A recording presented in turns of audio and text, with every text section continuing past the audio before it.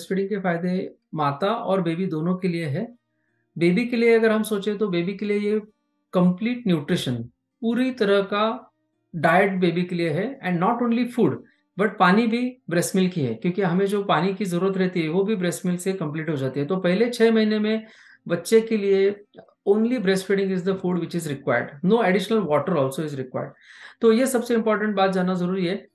Even summer months रहे तो भी बेबी को ओनली मदर का मिल्क सफिशिएंट रहता है। नंबर 2, ये बेबीज को brain development promoting factors provide करता है। अगर आप ब्रेस्ट मिल्क में देखो तो उसमें डीएचए रहता है, न्यूक्लियोटाइड्स रहते हैं, मिनरल्स रहते हैं, जिसकी वजह से बेबी की ब्रेन की डेवलपमेंट अच्छे से होती है।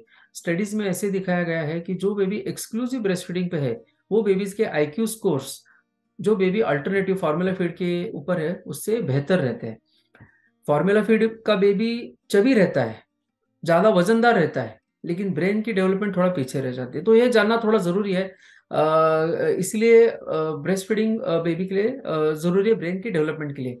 अगर हम बेबी के पूरे ब्रेन की डेवलपमेंट की बात करें तो 90% डेवलपमेंट जो बेबी के ब्रेन की रहती है पूरे लाइफ टाइम की बात करें तो 90% ब्रेन की डेवलपमेंट जो रहती है पहले 2 साल में होती है।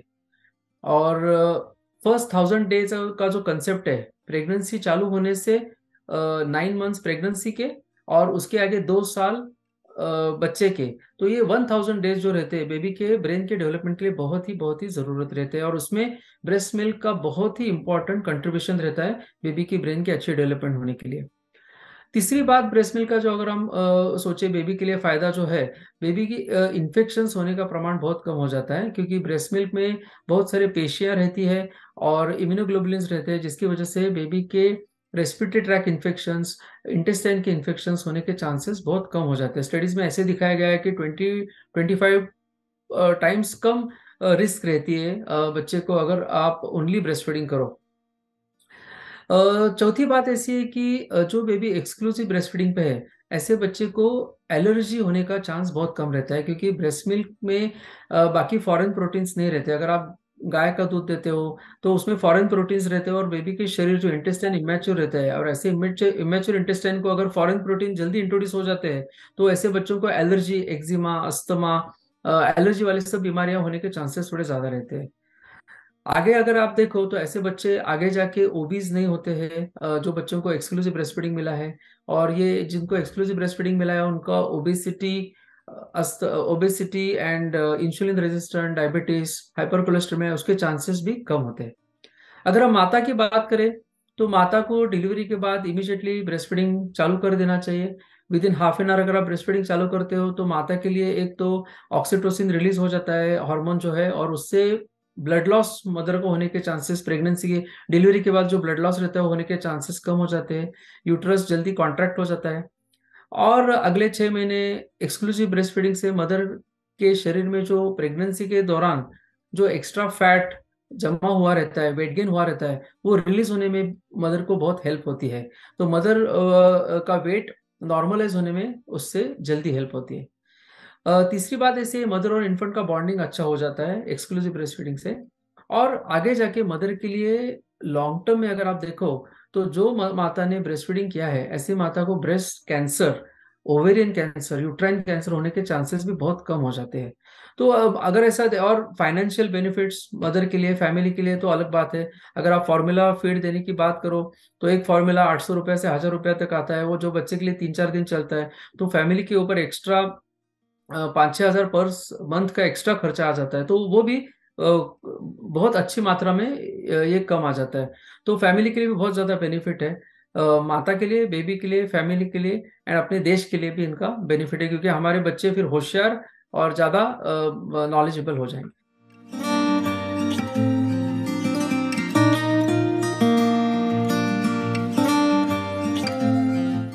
बहुत सारे फैमिलीज में ऐसा हमने देखा है कि बच्चे को ब्रेस्ट फीडिंग चालू करने के पहले उन्हें मध चटाते हैं। तो ये अच्छी प्रथा नहीं है। मध में क्लॉस्ट्रिडियम डिफिसिल के जंतु रहते हैं और वो जंतु पेट में जाके अगर बैठ गए तो वहाँ पे वो प्रोलिफरेट होते हैं और बच्चे को टॉक्सिसिटी क्लॉस्ट्रिडियम के होने के चांसेस रहते हैं।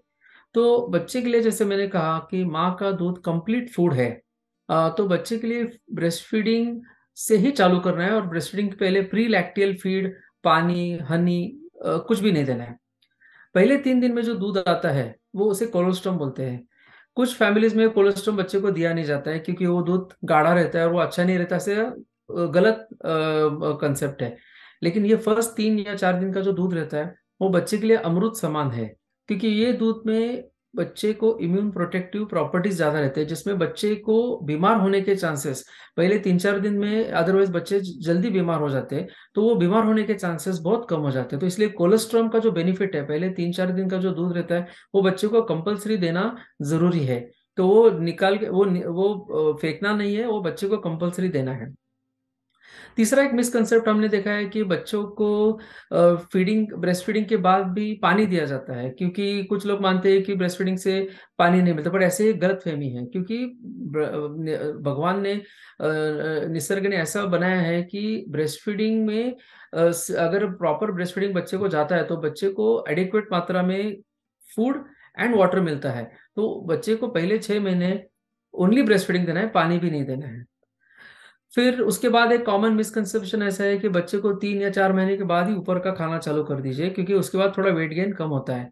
बात बराबर है कि 3 या 4 महीने के बाद बच्चे की ग्रोथ थोड़ा स्लो होती है, बट ये नेचुरल है। सब पीक प्रोफेशनल बॉडी जो है, Indian academy of paediatrics, UNICEF, WHO, American academy of paediatrics, सभी लोगों ने अभी ये क्लियर कर दिया है कि बच्चों को पहले 6 महीना एक्सक्लूसिव माता का ही दूध देना चाहिए, और ऊपर का खाना जो है वो 6 महीने कंप्लीट होने के बाद ही चालू कर देना चाहिए।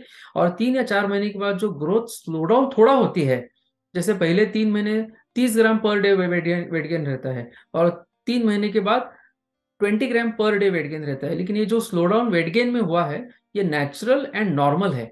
एंड तो इसीलिए पहले 6 महीना ओनली मदर्स मिल्क, 6 महीने के बाद ही ऊपर का खाना चालू करना है।